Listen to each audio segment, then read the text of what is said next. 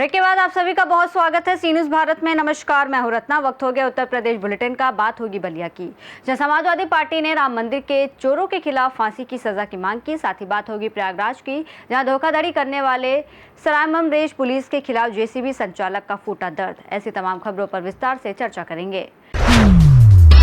Samajwadi party के राष्ट्रीय सचिव अवलेश सिंह ने बलिया में बयान देते हुए राम मंदिर दान चोरी मामले को लेकर बड़ा आरोप लगाया और कहा कि इसमें शामिल लोगों को फांसी की सजा दी जानी चाहिए। साथ ही उन्होंने मांग की कि ऐसे आरोपियों पर सख्त कार्रवाई करते हुए बुलडोजर चलाया जाए और उन्हें आजीवन राम मंदिर अयोध्या धाम में प्रवेश से प्रतिबंधित किया जाए। उन्होंने ये भी कहा कि 2027 में उत्तर प्रदेश में सपा की सरकार बनने पर राम मंदिर को सोने का मंदिर बनाया जाएगा।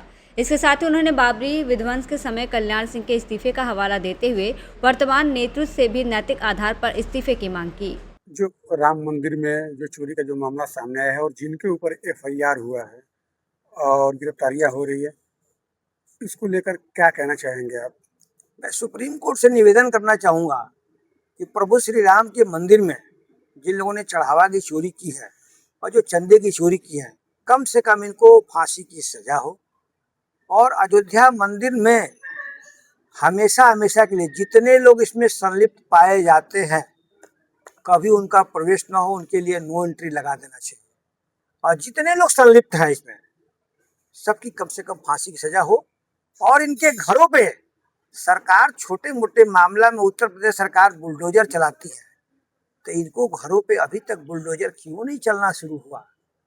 बुलडोजर भी चला के सरकार को जनता के सामने पेश करना चाहिए कि सबसे बड़े अपराधी दुनिया के हैं कोई, तो ये सब चोर। अरे देश की संस्कृति को लूट लिया, हमारे सनातन धर्म का अपमान कर दिया।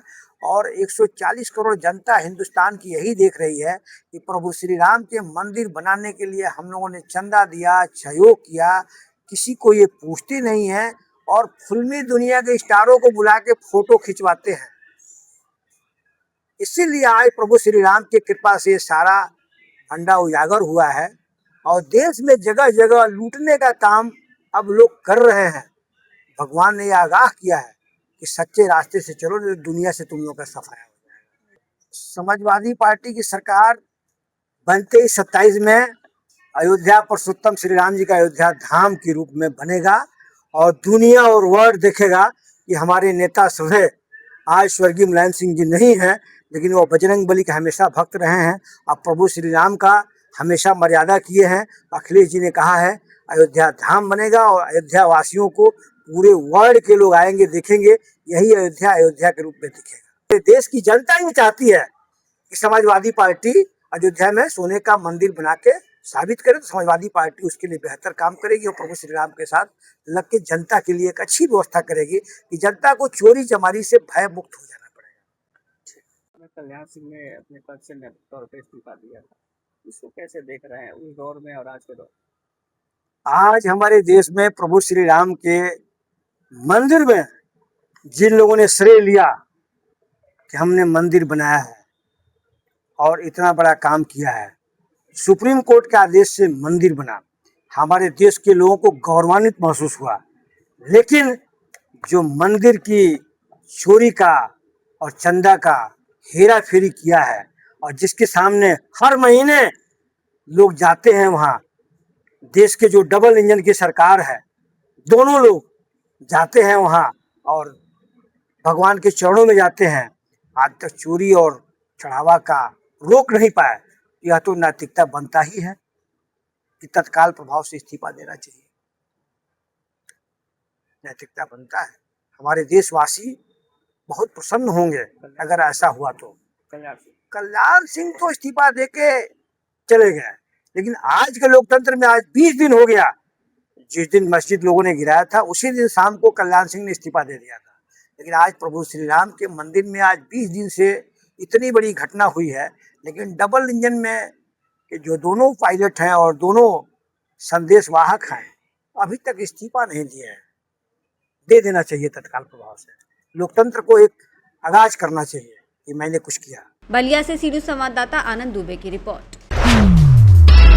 तिंदवारी बांदा पैलानी थाना क्षेत्र के ग्राम खपटिया निवासी मधु 22 वर्षीय ने शनिवार को पति द्वारा मोबाइल फोन अपने पास रख लेने से नाराज होकर दोपहर करीब 2 बजे घर के कमरे में लगे लट्ठे से साड़ी के सहारे फंदा लगाने का प्रयास किया।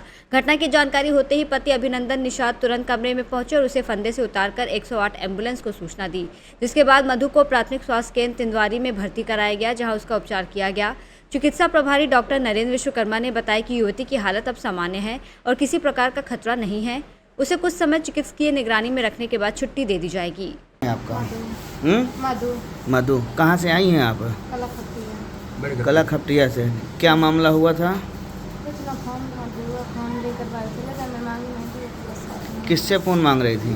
पति से। तो पति से फ़ोन मांग रही थी, पति ने फ़ोन नहीं दिया, फिर क्या किया आपने? क्यों लगाया फांसी? ऐसे जिद में आकर के लगा लिया। और कोई बात है क्या? अभिनंदन। अभिनंदन, क्या मामला हुआ था? यही मामला है, फ़ोन का मामला है। फ़ोन का मामला है। क्यों पत्नी से फ़ोन ले लिए? अरे ऐसे ही देखने के लिए ले गया, ये अपना बोल रही मैं देखूँगी, मैं बोला 5 थोड़ी देर में आता हूँ। ऐसे में बस मैं नीचे ले गया, ऐसे गुस्सा हो गई, ये बात है। तो कैसे पता चला आपको कि फांसी मैं लगा तुरंत आ ली? गया ना उधर से। अच्छा। हाँ, तो आगे तुरंत देख लेते इसका ऐसे गले में पड़ा था, तो मैं तुरंत ऐसे वो काट दिया, तुरंत काट दिया ऐसा। बांदा से सीनियर संवाददाता कासिद अली सिद्दीकी की रिपोर्ट। बहराइच जिले के बड़ाहरा गांव की बेटी यास्मीन बानो ने बिहार लोक सेवा आयोग यानी बीपीएससी की परीक्षा में शानदार सफलता हासिल करते हुए अपने दूसरे प्रयास में 33वीं रैंक प्राप्त की और बिहार प्रशासनिक सेवा में सब डिविजनल मजिस्ट्रेट के समकक्ष पद पर चयनित होकर जिले का नाम रोशन किया।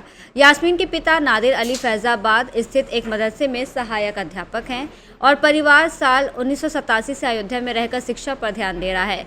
3 भाई और 1 बहन वाले परिवार में यास्मीन सबसे छोटी हैं। उन्होंने अपनी प्रारंभिक शिक्षा अयोध्या से और बीटेक की पढ़ाई वारंगल से की। पहले प्रयास में वो इंटरव्यू तक पहुंची, लेकिन चयन नहीं हो सका और इसके बाद उन्होंने लगातार मेहनत जारी रखी और दूसरे प्रयास में सफलता प्राप्त की। उनकी इस उपलब्धि से परिवार और पूरे क्षेत्र में खुशी की लहर है और लोगों ने इसे बहराइच जिले के लिए गौरव का क्षण बताते हुए उन्हें युवाओं छात्राओं के लिए प्रेरणा स्रोत बताया। जी, मेरा नाम यास्मीन बानो है। आपका बिहार यूपीएससी में एसडीएम के पद पर चयन हुआ है, इसको लेकर आप क्या कहना चाहेंगे? अच्छी बात है, मतलब अच्छा लग रहा है कि हो गया है।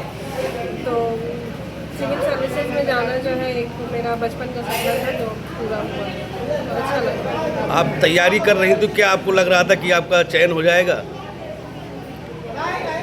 तैयारी कर रहा, मतलब लगा था, इसीलिए तैयारी भी किए थे। चयन हुआ है एसडीएम के पद पर, आप क्या कहना चाहोगे? बहुत अच्छी बात है।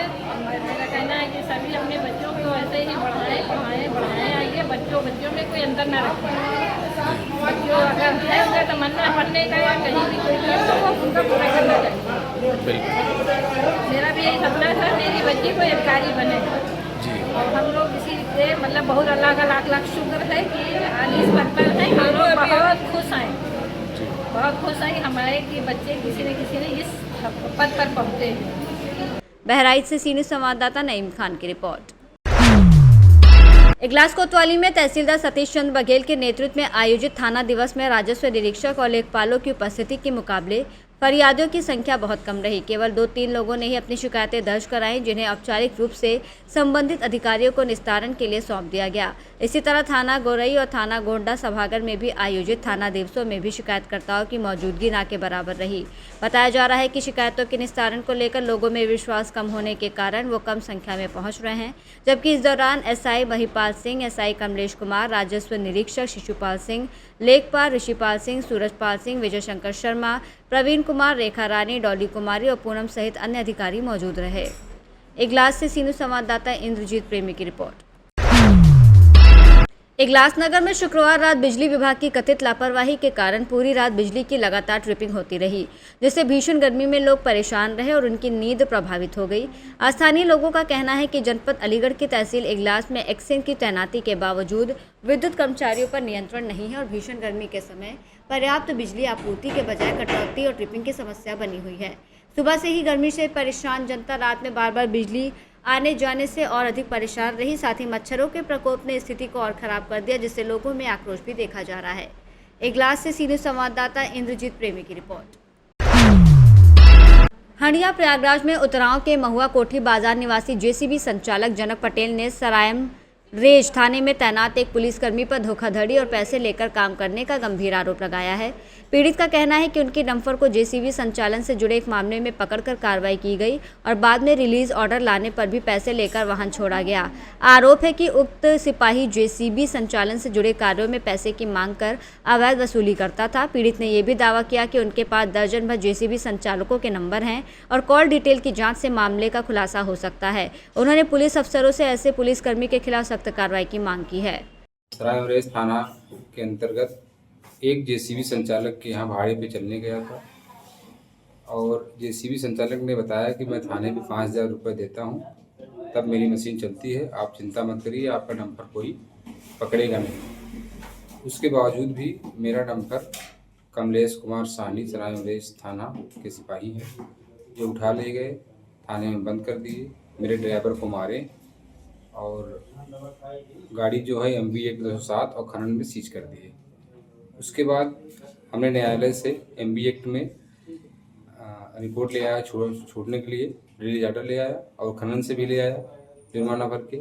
उसको देने के बाद भी मेरी गाड़ी नहीं छोड़ रहे थे। उसके बाद मुझसे 15,000 रुपये की डिमांड किया गया, जिसमें बात करते होते जाते हमने 12,000 रुपये दिया, तब जाके मेरी गाड़ी छोड़े हैं। और ये जो कमलेश कुमार साहनी है, ये पूरे सरायम थाना क्षेत्र के अंतर्गत सभी जेसीबी वालों से प्रतिदिन का 5,000 रुपये लेने के बाद मशीन चलवाते हैं।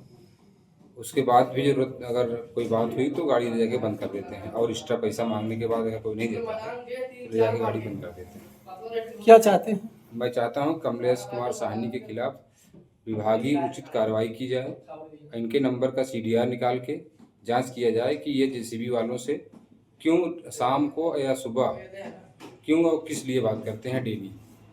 इनका मोबाइल नंबर है, कमलेश कुमार साहनी का मोबाइल नंबर है